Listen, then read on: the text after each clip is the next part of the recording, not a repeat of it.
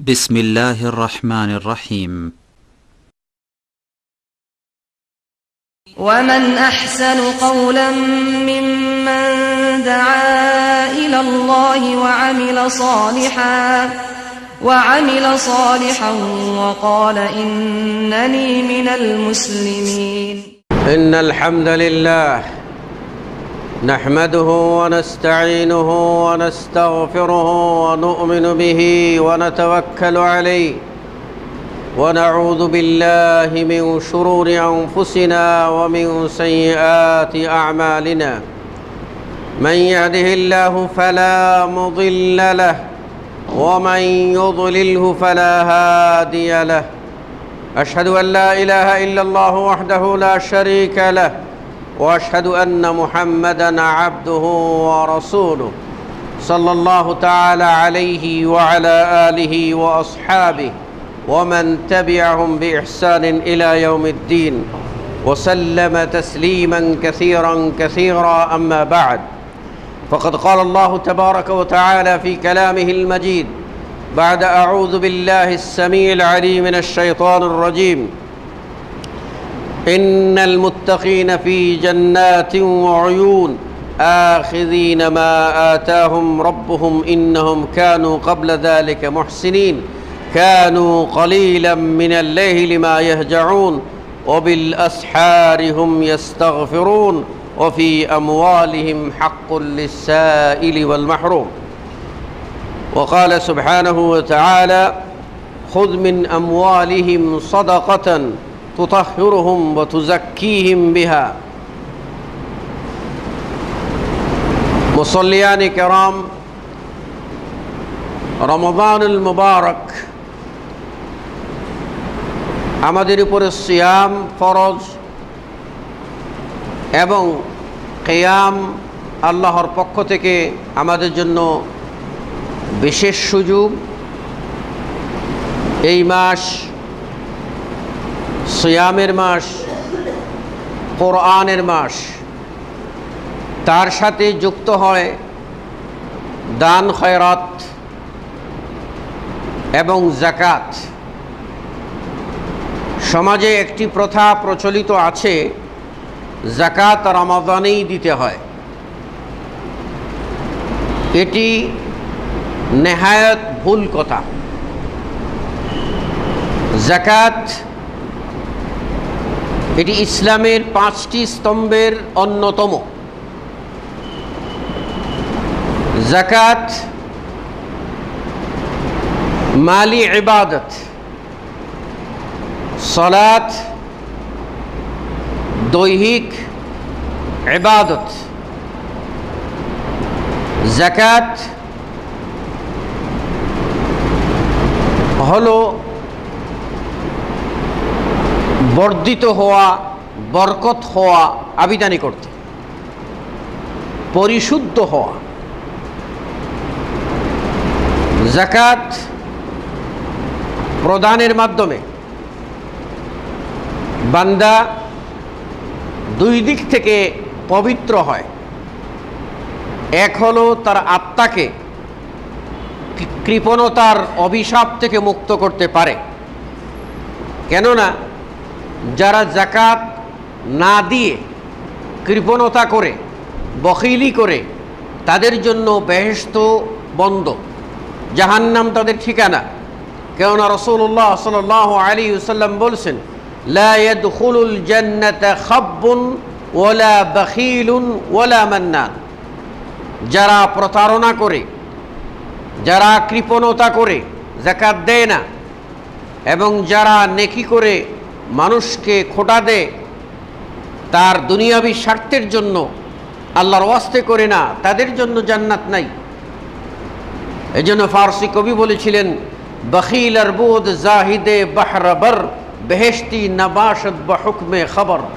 যদি একজন বখিল স্থলে ও জলে সে যদি খুব পরহেজগারি দেখায়, অর্থাৎ সব জায়গায় সে ইবাদত করে খুব পরহেজগার সাজে, সাধু সাজে, কিন্তু যাকাত দেয় না, মাল পবিত্র করে না, হাদিস বলছে তার জন্য বেহেশত নাই।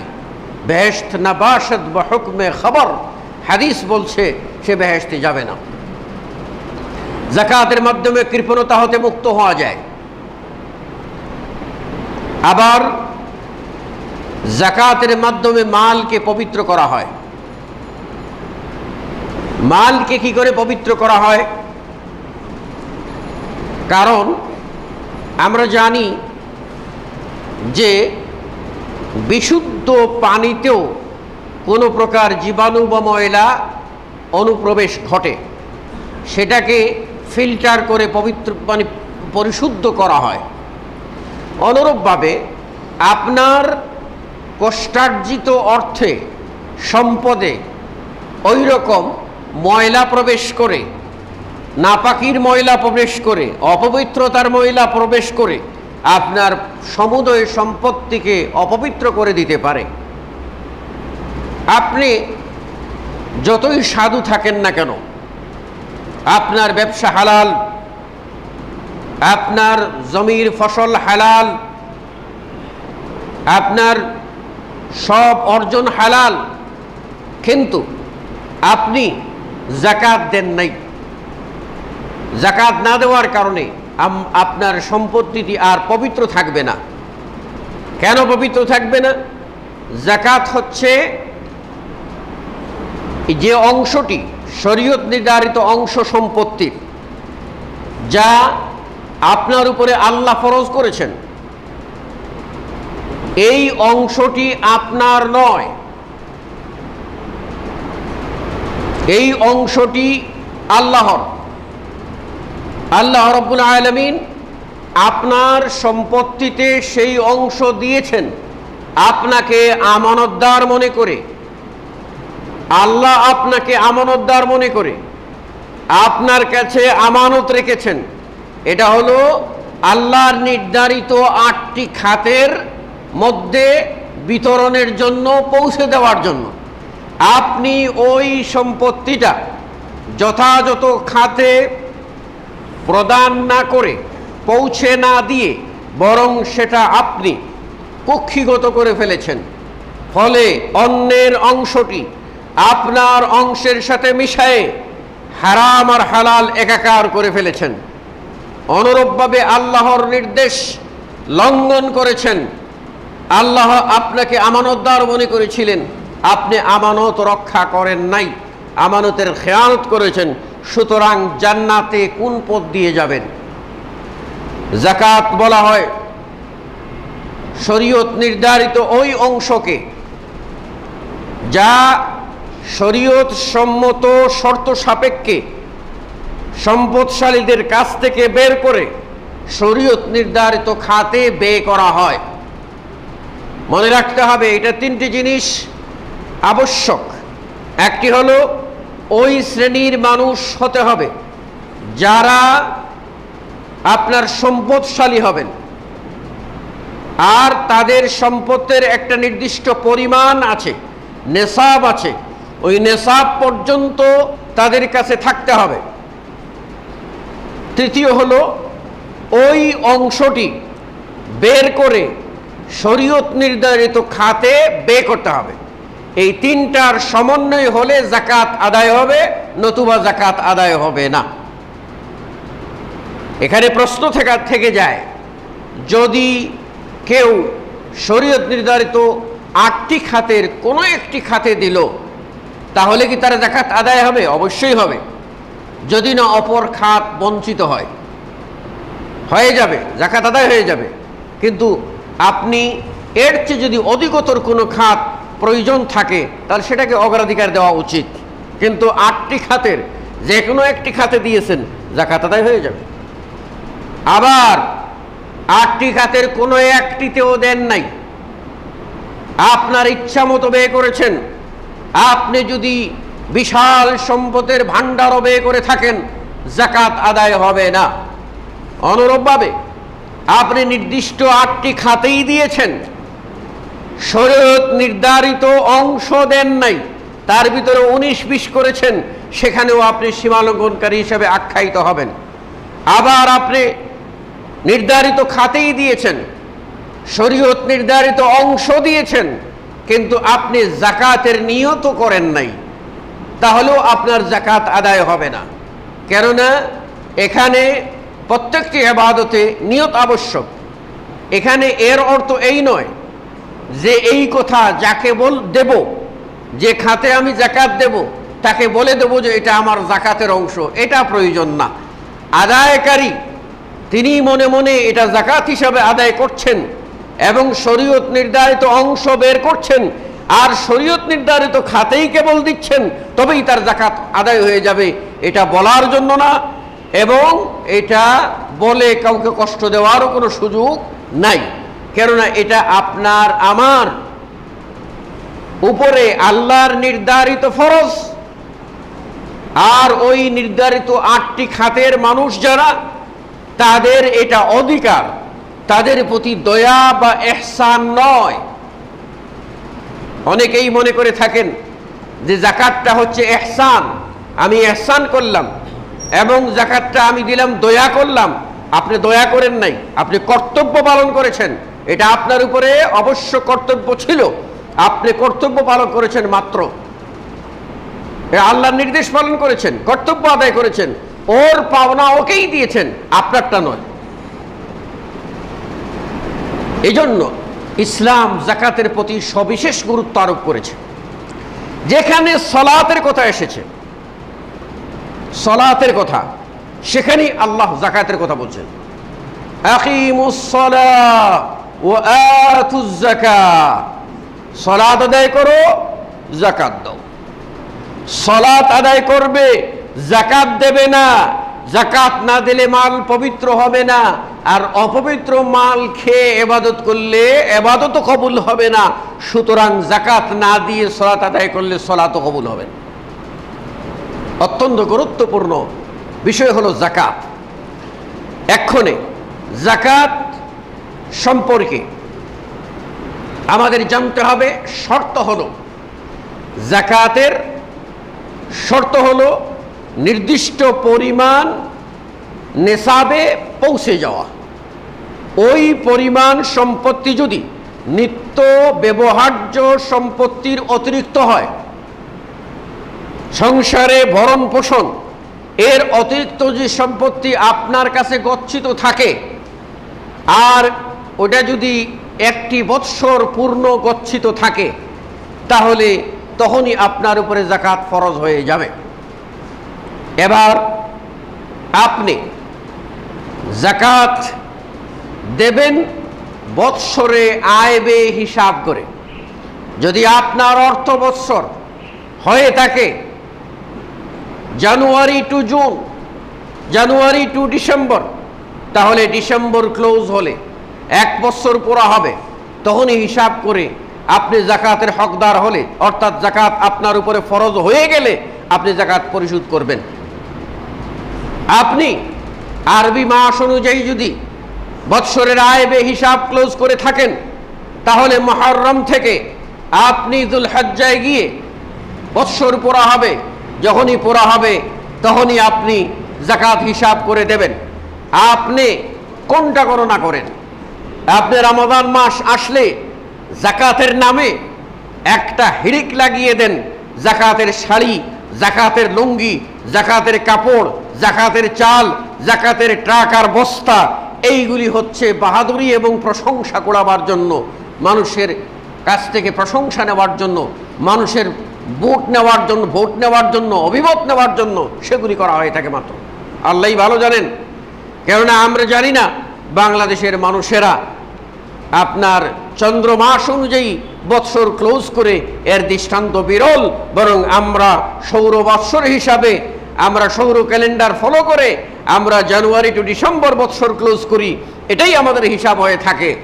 এটা আর আমরা যাকাত দেই একটা থুক বরাদ্দের মতো। রমাদান আসলে একটা বরাদ্দ দিয়ে দিলাম, বাস বললাম যাকাত আদায় হয়ে গেছে। না, এটা থুক বরাদ্দ না, এটা নির্ধারিত অংশ মেপে মেপে 16 আনা আদায় করতে হবে, নতুবা যাকাত আদায় হবে না। আসুন, কোন শ্রেণীর মালের উপরে যাকাত ফরজ হয়? 4 শ্রেণীর মালের উপরে যাকাত ফরজ। তার মধ্যে 1 নম্বর হলো স্বর্ণ, রূপা আর স্বর্ণ রূপার ওজনে নগদ অর্থ, এটা প্রথম শ্রেণী। স্বর্ণ রূপা নিত্য ব্যবহার্য বাদ দিয়ে যদি কারো কাছে নগদ অর্থ যদি গচ্ছিত থাকে, সংরক্ষিত থাকে, সেটা যদি 85 গ্রাম স্বর্ণ সমমূল্যের অর্থ হয়, তাহলে ওই অর্থ যেই দিন হিসাব করে বলবে যে এই দিন এত টাকা আমার যাকাতের নিসাবে পৌঁছে গেছে, তার থেকে আগামী 1 বৎসর পর্যন্ত এটা অন্য কোনো প্রয়োজনীয় কাজে লাগে নাই, গচ্ছিত ছিল, তখনই বৎসর পুরা হলে তার উপরে যাকাত ফরজ হয়ে যাবে। এর আগে যদি কোনো কারণ পড়ে যায়, কোনো দুর্ঘটনা পড়ে গেল, চিকিৎসায় সব খরচ হয়ে গেল, ওই লোকের উপরে আর যাকাত ফরজ হবে না। তবে আমাদের কিছু কেতাবে আছে যে এই যাকাতকে ফাঁকি দেওয়ার জন্য, মানে আল্লাহকে ফাঁকি দেওয়ার জন্য কিছু হিলা কৌশল অবলম্বন করা যেতে পারে। তার অর্থ হলো, স্বামীর সম্পত্তি আছে যাকাতের, এখন বৎসর যেদিন পুরা হবে তার 2-4 দিন, 1 সপ্তাহ, 1 মাস আগে এটা একটা উইল করে স্ত্রীকে দিয়ে দিল, তখন বলল যে আমি তো মালের মালিক না, এটা আমি স্ত্রীকে দিয়ে দিয়েছি। এখন স্ত্রী তো মালিক হলো গত সপ্তাহে, তার আর 1 বছর না হইলে তো আর যাকাত ফরজ হচ্ছে না, তাই আমি বেঁচে গেলাম। এইরকম যদি কেউ দিয়ে দেয় তাহলে সে যাকাত মুক্ত হয়ে যাবে বলে ফতোয়া আছে।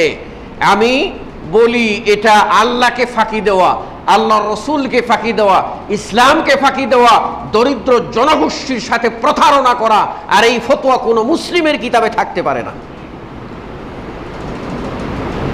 টালবাহানার ফতোয়া মুসলিমের কিতাবে থাকতে পারে না। আপনারা খুঁজে দেখবেন এই ফতোয়া আছে, যে হস্তান্তর করে দিল, বাহ, আল্লাহকে ঠকিয়ে দিল, তাই না? আল্লাহ রাব্বুল আলামিন কিছুই বুঝেন না। এই সমস্ত ঠকবাজি খেলা, দিগবাজি খেলা যতই খেলবেন ততই নিজের কপাল নিজেই পুড়বেন। এবার আসেন দ্বিতীয় শ্রেণী, সেটা হলো জমির উৎপন্ন ফসল। জমির উৎপন্ন ফসল 2 শ্রেণীর। একটি ফসল, যে ফসলগুলি সংরক্ষণযোগ্য নয়, যেমন শাকসবজি, এইগুলির কোনো যাকাত দিতে হবে না। পক্ষান্তরে যেইগুলি সংরক্ষণযোগ্য, সেই সংরক্ষণযোগ্য ফসল এর যাকাতের আবার কোনো হাউল বা বৎসর নাই। নগদ অর্থের 1টি বছর অতিক্রম করতে হবে শর্ত আছে। আর এই ফসল, জমির উৎপন্ন ফসলের যাকাতের শর্ত হলো, আল্লাহ বলছেন আতু হাক্কাহু ইয়াউমা হাসাদি, যেই দিন ফসল কাটবে সেই দিনই ফরজ হয়ে যাবে, সেই দিনই তা আদায় করে দিতে হবে, তখনই ফরজ হবে। এবার আপনি বছরের যতটা ফসল কাটেন ততবারই ফসলের যাকাত দিতে হবে। তবে মনে রাখতে হবে 5 ওয়াসকের কমে যাকাত ফরজ হয় না। আর 1 ওয়াসক সমান 60 সা, 5 ওয়াসক সমান 300 সা, আর 1 সা সমান 2.5 কেজি। হিসাব করলে যা হয়, এর কমে যদি আপনি মালের মালিক হন তাহলে আপনার উপরে যাকাত লাগবে না। এটা অতিক্রম করলেই আপনাকে যাকাত দিতে হবে 2 ভাবে।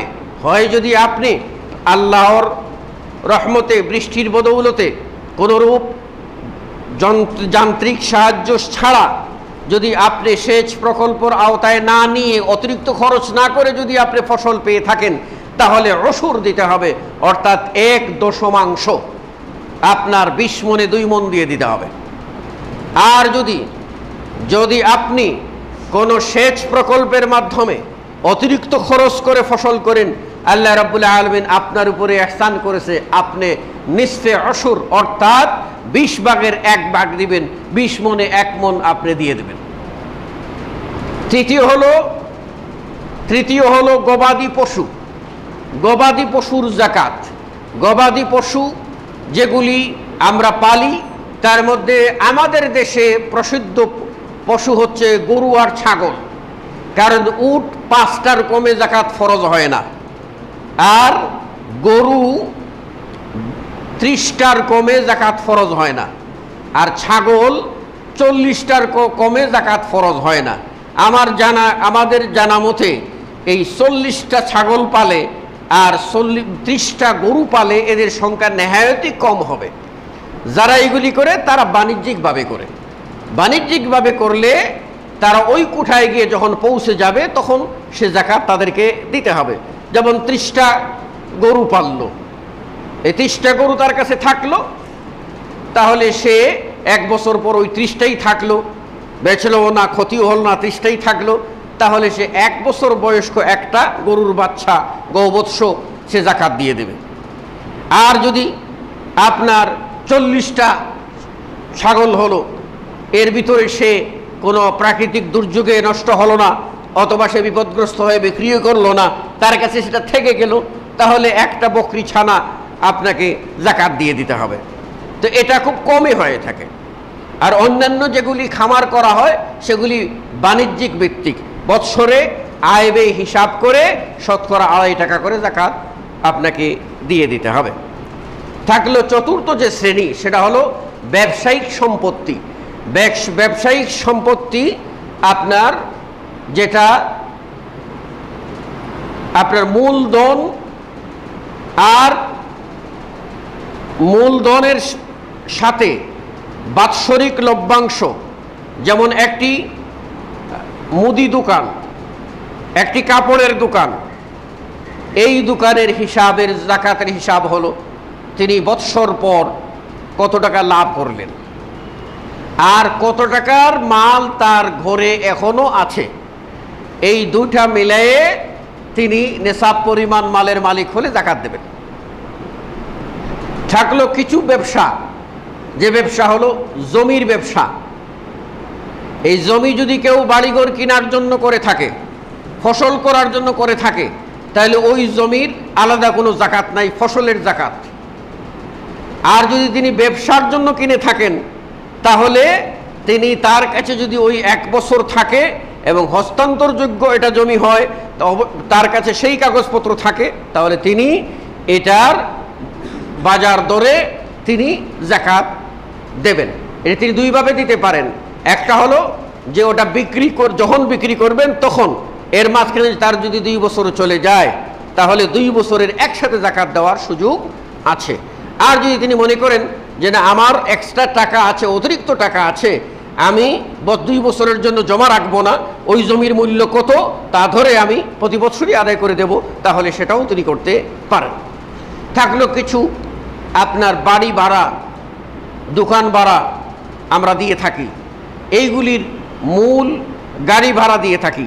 এই গাড়ি, বাড়ি, দোকান এগুলির মূলের উপরে যাকাত আসে না, বরং যেটা ভাড়া লাভ করা হয় ওই লাভটা যদি নিত্য খরচের অতিরিক্ত জমা হইতে হইতে যেদিন গিয়ে নিসাব পরিমাণ হয়ে যাবে, সেই দিন থেকে 1 বছর তার কাছে গচ্ছিত থাকলে তার যাকাত প্রদান করবে। ইসলাম ন্যায় ইনসাফ করেছে, অন্যায় করে নাই, ইসলাম ইনসাফ করে দিয়েছে। এটা যদি আমরা জানি এবং বুঝি, তাহলে আমাদের কোনো সমস্যা হওয়ার কথা না। আমি আবারও স্পষ্ট করে বলছি, যাকাত প্রদান না করলে আপনার কোনো ইবাদত কবুল হবে না, কোনো ইবাদত কবুল হবে না। কেন? যে আল্লাহর নবী বলেছেন সাল্লাল্লাহু আলাইহি ওয়াসাল্লাম যে ইন্নাল্লাহ তাইয়িবুন লা ইয়াকবালু ইল্লা তাইয়িব, আল্লাহ পবিত্র সত্তা, তিনি পবিত্র ছাড়া অপবিত্র কিছু কবুল করবেন না। আর যাকাত না দিলে মাল অপবিত্র হয়ে যায়, এই অপবিত্র মাল খেয়ে ইবাদত করলে আল্লাহ ইবাদত কবুল করবেন না, দোয়া করলে দোয়া কবুল করবেন না, জিকির আজকার করলে কবুল হবে না। আমরা তো নিজেরা হারামের মহাসমুদ্রে অবগাহন করে হাবুডুবু খেয়ে 2-1টা জিকির আজকার করে 2-1বার হাত উপরের দিকে উঠাইয়া তারপরে বলি এত ডাকলাম আল্লাহ রে, আল্লাহ একটা ডাকও শুনলো না, একটা ডাকও শুনলো না। কিন্তু আমি কি ডাকার মতো ডেকেছি? আল্লাহ যে শর্ত দিয়েছেন শর্ত পূরণ করেছি, দরখাস্ত করলেন, কিন্তু আপনি দরখাস্ত যার কাছে করা দরকার তার কাছে করেন নাই, দরখাস্ত যে ফর্মুলায় করা দরকার সেটাও করেন নাই, দরখাস্তে তারিখও নাই, দরখাস্তে স্বাক্ষরও নাই, দরখাস্তে বিষয়বস্তুও নাই, আপনি দরখাস্ত নিয়ে গেলেন আর বললেন আমি শুধু গ্রাজুয়েশন না, পোস্ট গ্রাজুয়েশন ডিগ্রি আছে আমার, কেন আমার দরখাস্তটা নেবেন না? নেবে? কেউ নেবে না, যেহেতু আপনি শর্তই পুরা করেন নাই। সুতরাং এইরকম আল্লাহর কাছে দোয়া করতে গেলে, দরখাস্ত করতে গেলে শর্ত পূরণ করতে হবে, তারপর আল্লাহকে ডাকেন। আল্লাহ ডাক শুনবে না তা বলেন নাই। আল্লাহ বলছেন উদউনি আস্তাজিব লাকুম, ডাকো আমি তোমাদের ডাক শুনবো। আমার বান্দারা যদি আমার সম্পর্কে জিজ্ঞাসা করে, বলো ইন্নী করিব, আমি নিকটেই আছি। উজিবু দাওয়াতাদ দাঈ ইযা দাআন, কোনো ফরিয়াদকারী, কোনো ডাক দেওয়ালা যদি আমাকে ডাকে, আমি তার ডাক শুনি। আল্লাহ শোনেন, আল্লাহ ডাক শোনার জন্যই, কিন্তু আমরা সেই শর্ত পূরণ করে আল্লাহকে ডাকি না। আল্লাহ রাব্বুল আলামিন যাকাত দিতে আমাদেরকে উদ্বুদ্ধ করে সূরা আত-তাওবা এর 103 নম্বর আয়াতে বলছেন, খুয মিন আমওয়ালিহিম সাদাকাতান তুতাহহিরুহুম ওয়া তুযাক্কিহিম বিহা। তুমি হে নবী, তুমি তাদের মাল থেকে সাদকা নাও, যাকাত নাও, আর এর মাধ্যমে তাদেরকে পবিত্র করো এবং পরিশুদ্ধ করো। তাদের মালকে পবিত্র করো, তাদের আত্মাকে পরিশুদ্ধ করো। এরপর সূরা আয-যারিয়াতে আল্লাহ রাব্বুল আলামিন বলছেন 15 থেকে 19 নম্বর আয়াতে, ইন্নাল মুত্তাকিনা ফি জান্নাতিন ওয়া উয়ুন। মুত্তাকি মানুষ তারা কোথায় থাকবে? জান্নাতে। আর যে জান্নাতে থাকবে অনেক নহর, অনেক নদী নালা, অনেক ঝর্ণা, আনন্দের জন্য ঝর্ণা থাকবে।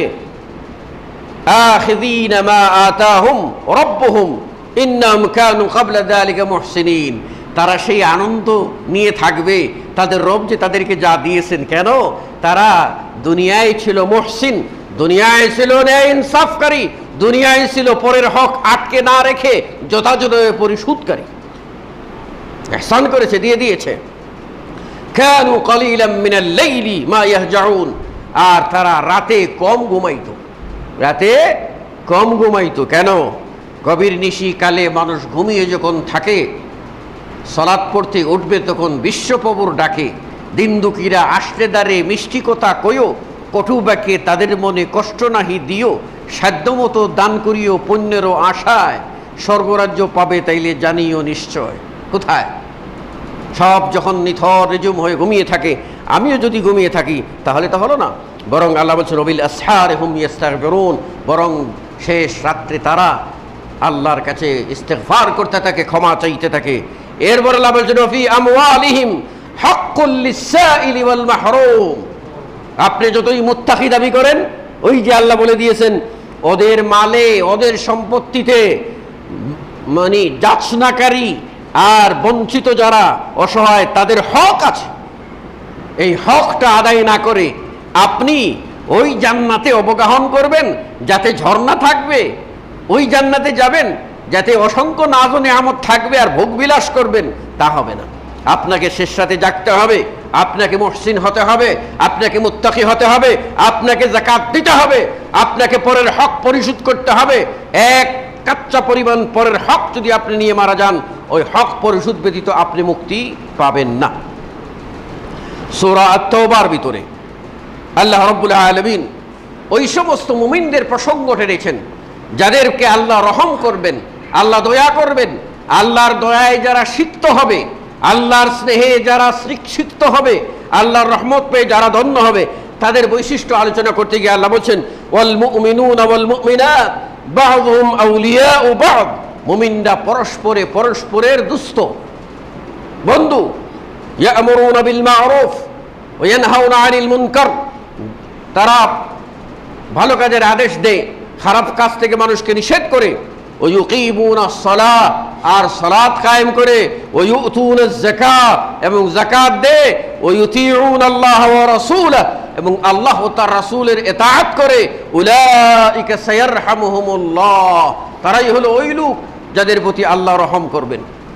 তাহলে আল্লাহর দয়া পেতে গেলে ওই মুমিন হতে হবে যে মুমিনরা আমর বিল মারুফ করে, নাহি আনিল মুনকার করে, ভালো কাজের আদেশ দেয়, খারাপ কাজ থেকে নিষেধ করে, সালাত আদায় করে, যাকাত দেয়, আল্লাহ ও আল্লাহ রাসূলের আনুগত্য করে। ওই শর্ত পূরণ যারা করবে সেই হবে মুমিন, সেই হবে মুমিনা, তারাই পাবে আল্লাহর রহমত। সূরা তাওবার 71 নম্বর আয়াত। এরপর আল্লাহ রাব্বুল আলামিন সূরা হজ্জ 41 নম্বর আয়াতে বলছেন আল্লাযীনা ইম্মাক্কান্নাহুম ফিল আরদি আকামুস সালাহ ওয়া আতাউয যাকাত ওয়া আমারু বিল মা'রুফ ওয়া নাহাউ আনিল মুনকার ওয়ালিল্লাহি আকিবাতুল উমুর। আপনারা সমাজের যারা সমাজপতি, যারা সমাজ পরিচালনা করেন, যারা সমাজে নেতৃত্ব দেন, সমাজে দেখবেন একদল লোক সমাজে তারা নির্বাচিত জনপ্রতিনিধি, আবার আরেক দল লোক আছে নির্বাচিত জনপ্রতিনিধি নয়, অথচ তাদের মেধার কারণে, তাদের বুদ্ধি বিবেকের কারণে মানুষ তাদের কাছে গিয়ে বুদ্ধি চায়, পরামর্শ চায়। এরাও এক প্রকারের সমাজপতি, এরাও অনির্বাচিত হলেও এরা যেন জনগণের হৃদয় থেকে নির্বাচিত নেতা। এই মানুষগুলি যারা দায়িত্বপ্রাপ্ত হয় এবং যারা রাষ্ট্রনায়ক হয়, রাষ্ট্র পরিচালনা করে, তাদের জিম্মাদারি হচ্ছে, আল্লাহ বলছেন যদি তারা ওই দায়িত্ব পায় তাহলে কি করবে? আকামুস সালাহ, সালাত কায়েম করবে, ওয়া আতাউয যাকাত, যাকাত আদায় করবে, ওয়া আমারু বিল মা'রুফ, ভালো কাজের আদেশ দেবে, ও নাহাউ আনিল মুনকার, এবং খারাপ কাজ থেকে তারা নিষেধ করবে। ওয়ালিল্লাহি আকিবাতুল উমুর, আর শেষ পরিণাম কি হবে এটা আল্লাহরই হাতে। আপনি যদি দায়িত্ব পালন করতে পারেন তাহলে অবশ্যই আপনার শুভ পরিণাম হবে, আর দায়িত্ব যদি অবজ্ঞা করেন, অবহেলা করেন, তাহলে আপনার জন্য জাহান্নামের দীক্ষা আর অপেক্ষমান। এরপর আমরা জানি আল্লাহ রাব্বুল আলামিন যাকাত না দেওয়ার পরিণামের কথা বলেছেন। আগেই আমরা বলেছি যাকাত না দিলে মাল পবিত্র হবে না, যাকাত না দিলে অন্তর পবিত্র হবে না, মালও পবিত্র হবে না, অন্তর পবিত্র হবে না। অনেক সময় অনেকে বলে যাকাত দিলে তো কমে গেল, যাকাত দিলে তো কমে গেল, যাকাত দিলে কমে গেল। ঠিক আছে, আপনার হিসাবে কমে গেল, কিন্তু আজকে যাকাতের মালিক হয়েছেন। আপনার গোলা ভরা ধান দেন নাই গরিবদেরকে, যেই জমিতে ধান হয় ওই জমির মালিক যদি একটা বন্যা দিয়ে সব একেবারে মাটিতে তলিয়ে দেন, পোকার ঝাঁক পাঠিয়ে সব ফসল খাইয়ে শেষ করে দেন, প্রচণ্ড খরা দিয়ে পুড়িয়ে শেষ করে দেন, তখন আমার মাল যাবে কোথায়? এই স্লোগানটা স্তব্ধ হয়ে যাবে। কেন যাকাত দেবেন না? মাল যাকাত দিলে কমে না। আল্লাহ নেই বলছেন মা নাকাসা মালুন মিন সাদাকাহ, সাদকা দিলে অর্থাৎ যাকাত দিলে, দান করলে মাল কমে না, বরং আল্লাহ রাব্বুল আলামিন মাল বাড়িয়ে দেন। কিভাবে বাড়িয়ে দেন, কিভাবে রিজিক দেবেন তিনিই ভালো জানেন। তিনিই রাজ্জাক, আপনার জন্য কিভাবে রিজিক আসবে তিনি ভালো জানেন। সুতরাং মাল আপনি বলছেন কম, উদাহরণ আমরা দিতে পারি, উদাহরণটা সহজেই আমরা বুঝতে পারি যে আপনি আপনার বাচ্চাকে আপনি চকলেট কিনে দিয়েছেন, আপনিই কিনে দিয়েছেন, দেওয়ার পরে বলছেন যে আব্বু চকলেটটা আমাকে দাও, একটা আমাকে দাও। কিছু ছেলে আছে চকলেট দেবে না, মুখ ঘুরিয়ে নেবে, তখন বলবেন দিলাম আমি, আমারই তুই দিলি না। আবার কিছু ছেলে আছে জানলে আব্বু চকলেটটা দাও, তখন সে মুখের কাছে নিয়ে আসে যে আব্বু তুমি খাও, বাবা খায়, বাবা তখন চকলেটটা ফেরাইয়া দে, বলে বাবা তুমি লক্ষ্মী ছেলে, তুমি আমার সোনার ছেলে, তুমি আজকে একটা চকলেট কেন বাবা, তোমাকে আমি 100টা চকলেট দেব, কালকে বাজার থেকে একবারে পুরা চকলেটের প্যাকেট নিয়ে আসবো তোমার জন্য। কই, ওই তো দিয়ে তো আরো পাইলো, আর যে দিল না বাবার মনে একটু কষ্ট হইল। এটা তো স্বাভাবিক কথা, আল্লাহ রাব্বুল আলামিন দেনেওয়ালা, তিনিই দেন। সুতরাং তিনিই চেয়েছেন, তাকেই দিতে হবে। তাকে যদি দেন তিনি আপনাকে দেবেন। কিভাবে দেবেন হয়তোবা আপনি বুঝতে পারবেন না। এই বছরে ফসল যা হলো, আগামী বছর ফসল বেশি হতে পারে, আবার নাও হতে পারে। ফসল হতে পারে, আবার ফসল কমেও যেতে পারে। কিন্তু ফসল কমে গেছে, ফসল হয় নাই, বললেন যাকাত তো দিলাম, পাই পাই করে যাকাত দিলাম, তারপরেও এবার ফসল হইল না, কে? আল্লাহর লোকে বিদ্রোহ করবেন না। আল্লাহ রাব্বুল আলামিন মহান বিচারক। হয়তোবা আরেকজনের গোলায় ধান দিয়েছে, তার উপরে একটা বিপদও আবার চাপাই দিছে, কিন্তু আপনার গোলায় ধানও দেয় নাই, আপনার কিডনি নতুন করে লাগাইতে হবে না, যেটা আছে ওইটাই চলতেছে। আরেকজনের দেখা যাচ্ছে গোলায় ধান দিয়েছে, ব্যাংকে টাকা দিয়েছে, এই দেশে চিকিৎসা হচ্ছে না, তাকে ব্যাংককে যেতে হবে, আর আপনার চিকিৎসা নরমাল, গ্রাম্য ডাক্তার, পল্লী চিকিৎসক কিছু ট্যাবলেট দিয়ে সেরে যাচ্ছে। আল্লাহকে তো চিনেন না, তাই না? হ্যাঁ, আল্লাহকে চিনেন না। প্রত্যেকটা প্রত্যেকটা সৃষ্টি আল্লাহ জোড়ায় জোড়ায় সৃষ্টি করেছেন, জোড়ায় জোড়ায় সৃষ্টি করেছেন। নারী ও পুরুষের মিলনে মানুষের বংশ বিস্তার হয়। পশুদের ভিতরেও সেই ব্যবস্থা আল্লাহ রেখেছেন। ফসলে আল্লাহ কি রেখেছেন? ফসলেও আল্লাহ সেই ব্যবস্থা রেখেছেন। পুরুষ রেণু রেখেছেন আর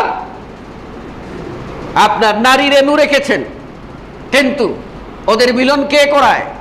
আল্লাহ রাব্বুল আলামিন এমনভাবে বাতাস দিয়ে দেন, সেখান থেকে আস্তে আস্তে বাতাসে গিয়ে তাদের সেই বাতাসের মাধ্যমে ওদের মিলন দিয়ে আল্লাহ রাব্বুল আলামিন ফসল দেন। একবার আপনি ভেবেছেন কোনোদিন? সে আল্লাহকে তো চেনেন না, সুতরাং আল্লাহর সাথে গাদ্দারি করবেন কেন? যাকাত দেন, মাল পবিত্র করুন, আমার মাল বলে চিৎকার করবেন না, কেননা আপনি কোনো মালের মালিক নন, আপনি নির্দিষ্ট সময়ের জন্য ভোগ করার দায়িত্ব পেয়েছেন। এবার যারা মাল যাকাত দেয় না তাদের পরিণতি সম্পর্কে সূরা আলে ইমরানের 180 নম্বর আয়াত পড়ুন। আল্লাহ বলছেন ওয়াল্লাযীনা ইয়াকরিদুনা আয-যাহাব, সূরা তাওবার 34 নম্বর আয়াত। আল্লাহ বলছেন ওয়াল্লাযীনা ইয়াকরিদুনা আয-যাহাব ওয়াল ফিদ্দা ওয়া লা ইউনফিকুনাহা ফি সাবিলিল্লাহ, যারা স্বর্ণ রৌপ্য জমা করে রাখে, আল্লাহর রাস্তায় ব্যয় করে না, অর্থাৎ যাকাত দেয় না, তাদেরকে আল্লাহ বলছেন ওয়াবাশশিরহুম বিআযাবিন আলীম, তাদের জন্য বেদনাদায়ক শাস্তির খবর শুনিয়ে দাও। ইয়াউমা ইউহমা আলাইহা ফি নারি জাহান্নাম, তাদের এই সম্পদগুলি জাহান্নামের আগুনে পুড়িয়ে পোড়ানো হবে। ফাতুকুয়া বিহা জিবাহুহুম, আর তাদের কপালে দাগ দেওয়া হবে। ও জুনুবুহুম, তাদের পার্শ্ব দেশে দাগ দেওয়া হবে। ও যুহুরুহুম, তাদের পৃষ্ঠ দেশে দাগ দেওয়া হবে। আর বলা হবে হাদা মা কারাসতুম লিআনফুসিকুম ফাযুকু মা কুনতুম তাকনিজুন, তোমরা নিজেদের জন্য জমা করে রেখেছিলে, এই জমা মালের সাজা এখন ভোগ করো। ইমাম ইবনুল কাইয়্যিম রাহিমাহুল্লাহ এই আয়াতের ব্যাখ্যায় সুন্দর করে এটা কথা বলেছেন। আল্লাহ রাব্বুল আলামিন বলেছেন তাদের কপালে দাগ দেওয়া হবে, তাদের পৃষ্ঠ দেশে পাজরে দাগ দেওয়া হবে, তাদের পৃষ্ঠ দেশে দাগ দেওয়া হবে। কেন?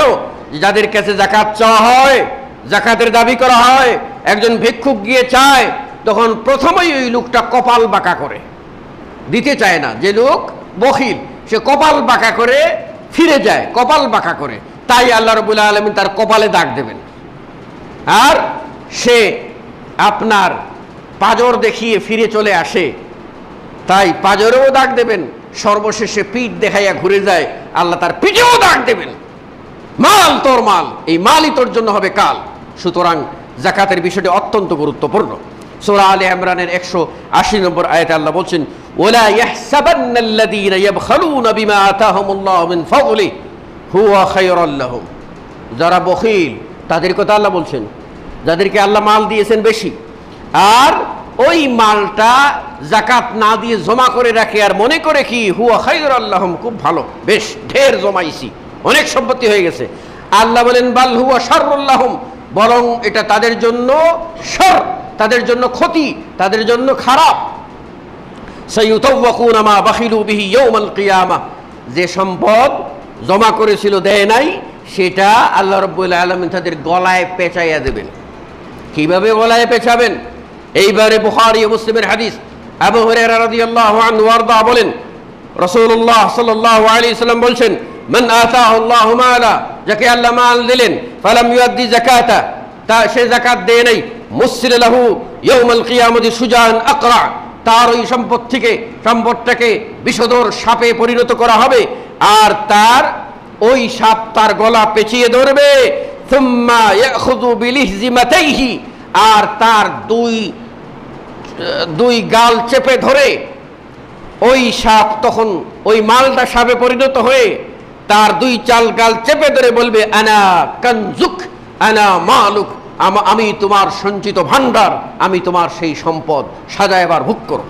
সুতরাং এভাবেই যারা বখিল, যারা কৃপণ, যাকাত দেয় না, তাদের অশুভ পরিণতি সেভাবেই হবে। আপনারা জানেন যাকাত ফরজ হওয়ার পরে না দেওয়া হচ্ছে আপনার কুফরি কাজ। কেউ যদি অস্বীকার করে যাকাত, নির্দ্বিধায় সে কাফের। সালাত যেরকম ফরজ, যাকাত ওই রকম ফরজ। আপনারা ওই হাদিস জানেন না? আবু বকর রাদিয়াল্লাহু আনহু খলিফা হলে কিছু লোক যাকাত দিতে অস্বীকার করায় তিনি তাদের বিরুদ্ধে যুদ্ধ ঘোষণা করতে গেলেন। যুদ্ধ ঘোষণা করলেন, বললেন ওরা আল্লাহর রাসূলের জামানায় জাকাত দেওয়ার সময়ে ছাগলের সাথে যে রশিটাও দিত এটাও যদি বন্ধ করে দেয় তাহলেও আমি তাদের বিরুদ্ধে লড়াই করব। যারা সালাত এবং জাকাতের ভিতরে পার্থক্য করে থাকে তাদের বিরুদ্ধে লড়াই করব। ওমর রাদিয়াল্লাহু আনহু বলছিলেন, আল্লাহ আপনার দিলকে ইসলামের জন্য খুলে দিয়েছেন, আমি আজ বুঝতে পেরেছি এটাই সত্য, সালাত ও জাকাতের ভিতরে পার্থক্য করার কোনো সুযোগ নাই। সালাত আদায় করবেন আর জাকাত দেবেন না, জাকাত দেবেন সালাত আদায় করবেন না, কোনোদিন আপনি মুত্তাকি হতে পারবেন না, পরেজগার হতে পারবেন না। অতএব আমাদেরকে সালাত আদায় যেমন করতে হবে, যাকাতও আমাদেরকে দিতে হবে। আর যাদের নিসাব পরিমাণ সম্পত্তি হয় না, নিসাব পরিমাণ সম্পত্তি হয় না, তাদের জন্য আল্লাহ রাব্বুল আলামিন সুযোগ করে দিয়েছেন, তারা আপনার আম সাদকা যে কোনো সময় দান খয়রাত করতে পারে। সাধ্যমতো যা দান করবে তাই আল্লাহ গ্রহণ করবেন।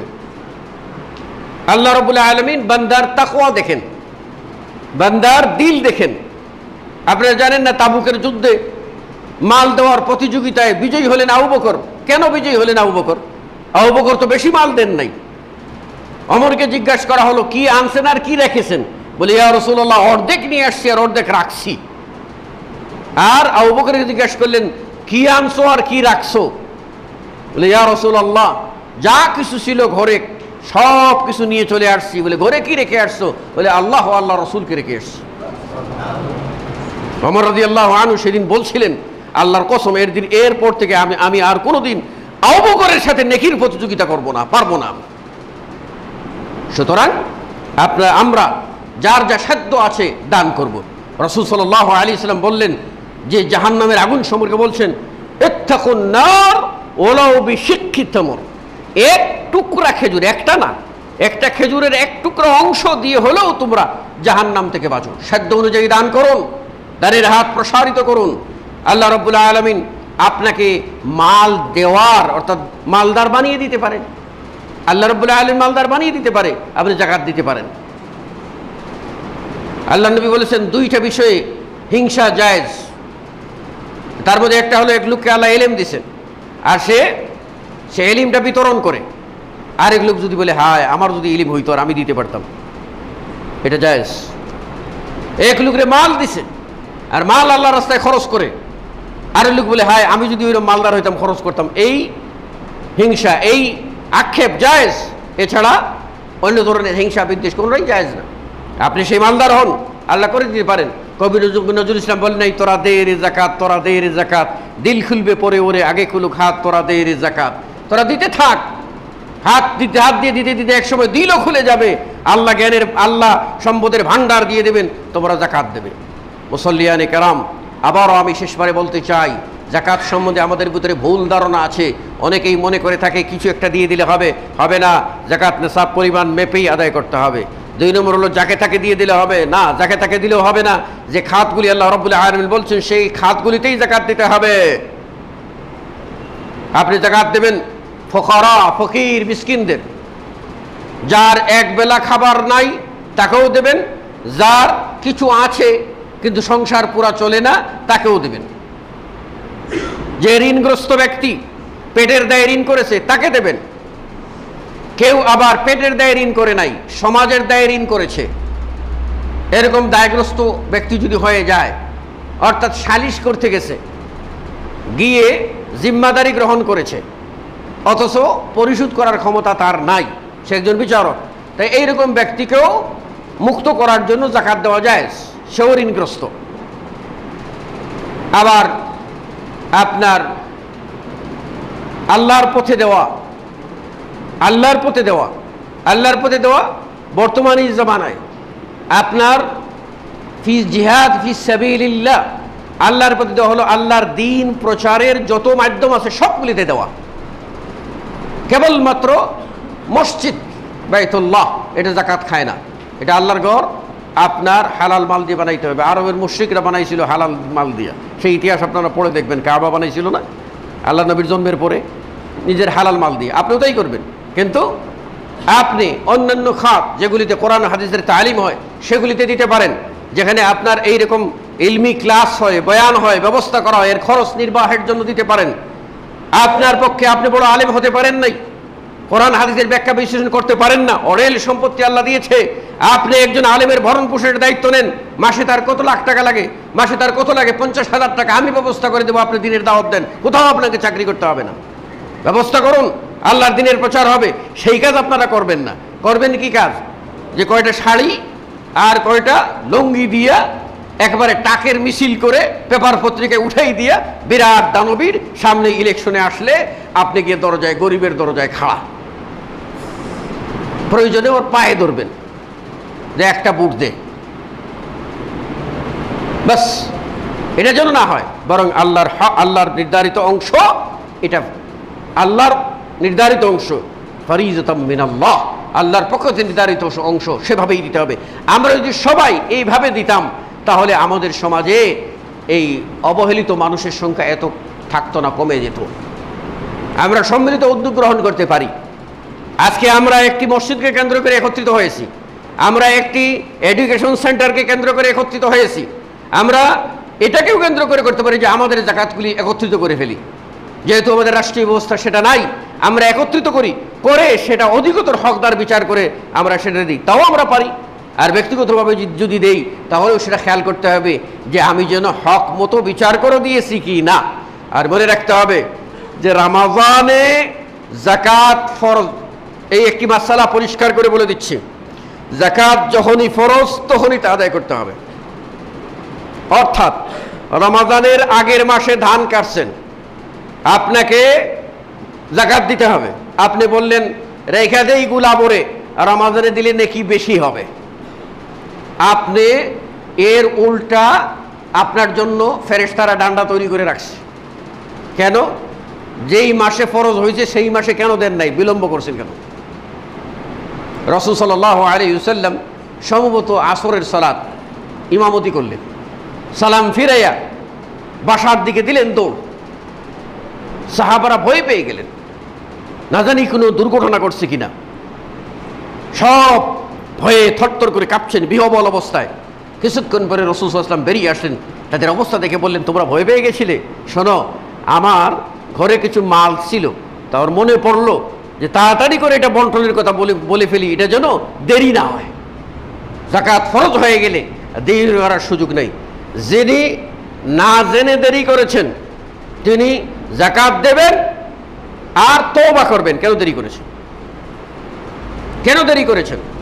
আপনি বেশি নেকির আশায় পিছিয়ে নেবেন আর রমাদানে, এই অধিকার আপনার নেই। হ্যাঁ, কারো যদি যাকাত ফরজ হয় রমাদানের পরের মাসে, আর কেউ যদি মনে করে যে ফরজ হবে আগামী মাসে, হিসাবে আমার ঠিক আছে, আমি এর হিসাব করে রমাদানে আগে দিয়ে দেবো, অ্যাডভান্স দিয়ে দেবো, এটা দেওয়ার পক্ষে কেউ কেউ ঐমত দিয়েছে যে এটা দিতে পারে, ভালো কাজে সে এগিয়ে আসছে। কিন্তু আসল কথা হলো যাকাত যখনই ফরজ তখনই দিতে হবে। আপনার অর্থ বৎসর কখন ক্লোজ হয়, তখন কখন আপনি বৎসরের আয় ব্যয় করেন, তখন থেকে আপনার বৎসর গোনা হবে। ওই বৎসর অতিক্রম করলে আপনার উপরে যাকাত ফরজ হয়ে যাবে। কাজেই এই বিষয়টা খেয়াল রাখতে হবে। রমাদানে যাকাত দেওয়া আর যাকাতের নামে যাকাতের শাড়ি আর ওটা কিচ্ছু না। এইগুলি সব ভৌতাবাদী থেকে বিরত থেকে হক পন্থায় যাকাত দিয়ে মালকে আমরা পবিত্র করি, আত্মাকে আমরা পবিত্র করি, ইবাদতকে আমরা কলুষমুক্ত করি। ইনশাআল্লাহ আল্লাহ রাব্বুল আলামিন আমাদের ইবাদতকে কবুল করবেন, মুত্তাকিদের অন্তর্ভুক্ত করবেন এবং জান্নাত আমাদের জন্য বরাদ্দ করে রাখবেন ইনশাআল্লাহ। আল্লাহ রাব্বুল আলামিন আমাদের সকলকে তৌফিক দান করুন, আমিন। আকুলু কওলি হাযা আস্তাগফিরুল্লাহ লি ওয়া লাকুম ওয়া লিসাইরিল মুসলিমিন। বারাকাল্লাহু লানা ওয়া লাকুম ফিল কুরআনিল আযীম ওয়া নাফা'নি ওয়া ইয়্যাকুম বিল আয়াতি ওয়া যিকরিল হাকীম। ইন্নাহু তাআলা জাওয়াদুন কারীম ওয়া লাকুম রাউফুর রাহিম। ফাস্তাগফিরুহু মিন কুল্লি যামবিন ইন্নাহু হুয়াল গফুরুর রাহিম।